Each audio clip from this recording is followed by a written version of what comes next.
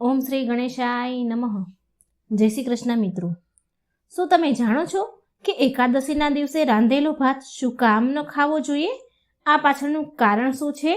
મિત્રો, એકાદશી વ્રત એ બધા વ્રતોમાં બધામાં સર્વશ્રેષ્ઠ છે. આ શ્રી કૃષ્ણ ભગવાનનું કથન છે. તો આ એકાદશીના દિવસે આપણાથી પાપ ન થાય એ ખાસ ધ્યાન રાખવું જોઈએ. અને ભાત ખાવાથી, ચોખા ખાવાથી પાપ લાગે છે. તો એ શું કામ, એના પાછળ કારણ શું છે, એ આપણે આ વિડીયોમાં સાંભળીશું. મિત્રો, આજે આપણે આ વિડીયોમાં એ જાણીશું કે એકાદશીના દિવસે રાંધેલો ભાત ચોખા ખાવાનું શું કામ ના કહે છે લોકો. ભગવાન કયા કારણથી શાસ્ત્રમાં એકાદશીના દિવસે અનાજ ચોખા ખાવાની ના કહેવામાં આવી છે? એકાદશીના દિવસે ચોખા ખાવા વર્જિત કેમ છે? શા માટે મનાઈ કરવામાં આવી છે? આપણા શાસ્ત્રોમાં એકાદશીનું ખૂબ જ મહત્વ છે.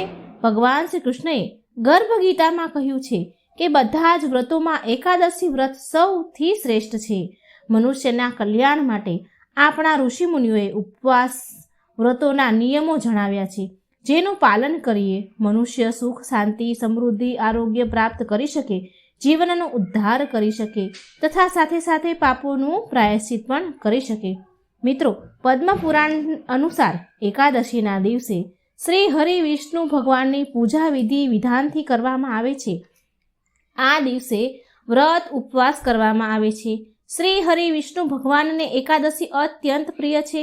એવું માનવામાં આવે છે કે આ દિવસે શુદ્ધ ભાવ, ચોખા મનથી, પ્રેમથી એકાદશી કરવામાં આવે તો લક્ષ્મી પ્રિય એવા શ્રી હરિ વિષ્ણુ ભગવાનને પૂજા કરવામાં આવે તો કોઈ પણ જીવને મોક્ષ મળે છે, અવશ્ય વૈકુંઠવાસી બને છે, પ્રભુના ચરણોમાં સ્થાન મેળવે છે.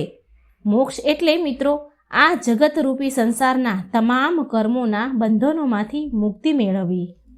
આ ઉપરાંત મિત્રો, એકાદશીના દિવસે ગાયને ભોજન અને જરૂરિયાતમંદ વ્યક્તિને શક્તિ પ્રમાણે દાન પૂન કરવામાં આવે તો હજારો યજ્ઞ કરવા બરાબર પુણ્ય પ્રાપ્ત થાય છે. સાથે સાથે આ દિવસે મા તુલસીની પૂજાનું પણ અનેરું મહત્વ છે. તુલસી ભગવાન વિષ્ણુને અત્યંત પ્રિય છે. તુલસી માં વિના ભગવાનની પૂજા નથી થતી, અધૂરી ગણાય છે. ભગવાનના ભોગમાં પણ તુલસી પત્ર ધરાવવાનું વિધાન છે. તુલસી પત્ર વિના ભગવાન થાળ સ્વીકારતા નથી. આમ તો એકાદશીના દિવસે નિર્જળા વ્રત કરી શકાય તેમ હોય તો તે ઉત્તમ ગણવામાં આવે છે. પરંતુ જો કોઈ ભૂખ્યા ન રહી શકતું હોય અથવા તો કોઈ કારણ હોય તો મનને દુઃખી ન કરવું, ફરાળ કરીને પણ રહી શકાય છે. અને જો કોઈ બિલકુલ પણ ભૂખ્યું ન રહી શકતું હોય તો સાત્વિક આહાર લઈ શકાય છે. એટલે કે લસણ, ડુંગળી, માંસ, ઈંડા વગરનો ખોરાક ખાઈ શકાય છે. શુદ્ધ શાકાહારી ભોજન લેવું, કોઈની નિંદા ન કરવી. અને એક વાતનું ખાસ ધ્યાન રાખજો કે ચોખા કે ચોખાથી બનેલી કોઈ પણ વસ્તુ ન ખાવી જોઈએ. આપણે વર્ષોથી, આપણા વડીલો વર્ષોથી આપણને શીખવાડતા રહ્યા છે. આપણે વર્ષોથી વડીલો પાસેથી સાંભળતા આવ્યા છીએ કે એકાદશીના દિવસે ચોખા કે ચોખાની બનેલી વસ્તુ ન ખાવી જોઈએ, ન રાંધવી જોઈએ, રાંધેલી વસ્તુ પણ ન ખાવી.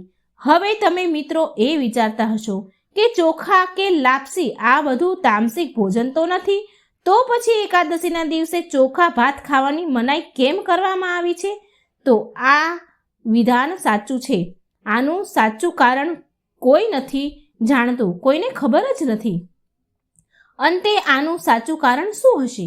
આપણા શાસ્ત્રોમાં આ વિશે શું કહેવામાં આવ્યું છે એ જાણીએ આપણે. ચાલો મિત્રો, શું તમે જાણો છો કે જ્યોતિષ શાસ્ત્રમાં ચોખાને મન સાથે, ચંદ્રમા સાથે સંબંધ બતાવ્યો છે.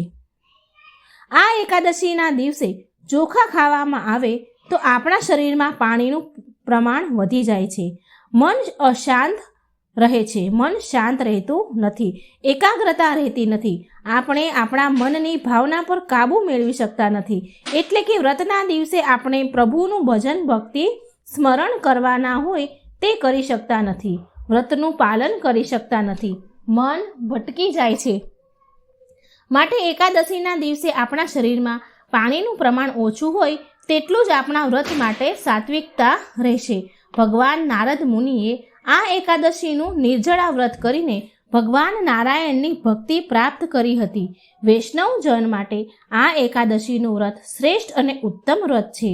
ચંદ્રમા મનને ચંચળ ન બનાવે માટે આ દિવસે ચોખા ખાવાની મનાઈ કરવામાં આવે છે.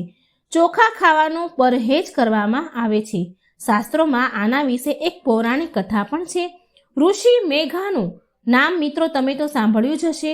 ઋષિ મેઘા એકવાર માતા શક્તિના ક્રોધથી બચવા માટે ભાગતા ભાગતા તેમણે તેમનું શરીર છોડી દીધું અને આ છોડેલું શરીરની જમીનમાં છોડી દીધું અને આ છોડેલા શરીરની ઉર્જા પૃથ્વીમાં સમાઈ ગઈ. તેમાંથી ઘઉં અને ચોખાની ઉત્પત્તિ થઈ. એવું મનાય છે કે જ્યારે ઋષિ મેઘાવી સાથે આ ઘટના બની હતી તે દિવસ એકાદશીનો દિવસ હતો. ઘઉં અને ચોખા એ ઋષિ મેઘાની શક્તિ છે. તે એક જીવ છે. ઘઉં અને ચોખાને જીવ મનાય છે. માટે મિત્રો એકાદશીના દિવસે ઘઉં અને ચોખા ખાવાનો મતલબ છે કે મેઘાવી ઋષિના શરીરનું માંસ ખાવું, તેના શરીરના નાના નાના ટુકડા ખાવા. માટે શાસ્ત્ર અનુસાર, કથા અનુસાર એકાદશીના દિવસે ઘઉં અને ચોખાને જીવ છે એટલા માટે એક જીવ માનવામાં આવે છે. ઘઉં અને ચોખાને જીવ મનાય છે માટે એને ખાવાનું ના પાડે છે. માટે એકાદશીના દિવસે એમાં ખાસ કરીને ચોખાનો ઉપયોગ તો વર્જિત જ મનાય છે. મિત્રો તમને ખબર પડી હશે કે ચોખા ન ખાવાનું કારણ એકાદશીના દિવસે શું છે. જ્યોતિષ શાસ્ત્ર અને પુરાણ શાસ્ત્ર પ્રમાણે તમે આ તો જાણી ગયા કે એકાદશીના દિવસે ચોખા કેમ ન ખાવા જોઈએ. અને હવે એ જાણી લઈએ કે કોઈ પણ વ્રતના દિવસે ચોખા ન ખાવા જોઈએ. શું કારણ છે? વૈજ્ઞાનિક દ્રષ્ટિએ ચોખા ખાવાથી શરીરમાં આળસ આવે છે, બગાસા આવે છે, ઉબાસી આવે છે અને એકાદશીના દિવસે ઊંઘવાનું હોતું નથી તથા રાત્રે પણ 12 વાગ્યા સુધી જાગરણ કરવાનો ઘણો મહિમા છે. માટે સુસ્તીનું કારણ મનને ચંચળ અને વિચલિત બનાવનાર છે. જલ તત્વથી ભરપૂર જીવ તત્વવાળા એટલે કે ઋષિ મેઘા દ્વારા જન્મેલી ઉર્જાવાળા ચોખાથી રાંધેલા ભાતને આ દિવસે એકાદશી વ્રતના દિવસે આરોગવાની ના પાડી છે. મિત્રો આપણા જ્ઞાતિ જાતિ પ્રમાણે હરેક ઘરમાં સ્ત્રી કે પુરુષ વ્રત કરતા હોય છે. તેની શ્રદ્ધા અનુસાર પણ સર્વ વ્રતોમાં એકાદશી વ્રત સર્વ ઉત્તમ ગણાય છે. એકાદશી વ્રત કરવાથી બ્રહ્મા, વિષ્ણુ, મહેશ દેવની કૃપા પ્રાપ્ત થાય છે. અને હા મિત્રો, એકાદશી વ્રતના દિવસે જો પીપળાના વૃક્ષની પૂજા કરવામાં આવે ને તો એ અતિ ઉત્તમ ગણાય છે. પીપળાના વૃક્ષની પૂજા પાઠ કરવાથી બ્રહ્મા, વિષ્ણુ, મહેશની કૃપા મળે છે. ગીતામાં ભગવાન શ્રી કૃષ્ણએ સ્વયં કહ્યું છે કે વૃક્ષમાં હું પીપળાનું વૃક્ષ છું. ભગવાન શ્રી કૃષ્ણ શ્રી હરિની કૃપા મેળવવા માટે એકાદશી વ્રતના નિયમો પાળવા જ જોઈએ અને એટલા જ માટે એકાદશીના વ્રતના નિયમો જાણવા ખૂબ જ જરૂરી છે. વ્રતના નિયમો જાણવા એ આપણો અધિકાર છે. પછી મિત્રો વ્રતોમાં નિયમોનું પાલન તો કરવું જ પડે છે. પાલન કરવું માનવું એ તો મનુષ્યના મનની વાત છે. મિત્રો જે લોકો એકાદશીનું વ્રત નથી કરતા તે લોકોને ખાસ જણાવવું કે ભલે વ્રત ન કરે પણ આ દિવસે જમવામાં ચોખા કે રાંધેલા ભાત ખાવા ન જોઈએ અને ચોખાની બનેલી વસ્તુ પણ ન ખાવી જોઈએ. તો મિત્રો હું આશા રાખું છું કે આ જાણકારી તમને સારી લાગી હશે. આ એકાદશી વ્રતનો પવિત્ર વિડીયો તમને ગમ્યો હશે. તો મિત્રો સારો લાગે વિડીયો તો શેર અને લાઈક જરૂર કરજો. મારી ચેનલને સબસ્ક્રાઈબ પણ જરૂર કરજો અને કમેન્ટ બોક્સમાં ભગવાનનું નામ પણ જરૂર લખજો. જય શ્રી કૃષ્ણ. રાધે રાધે. થેન્ક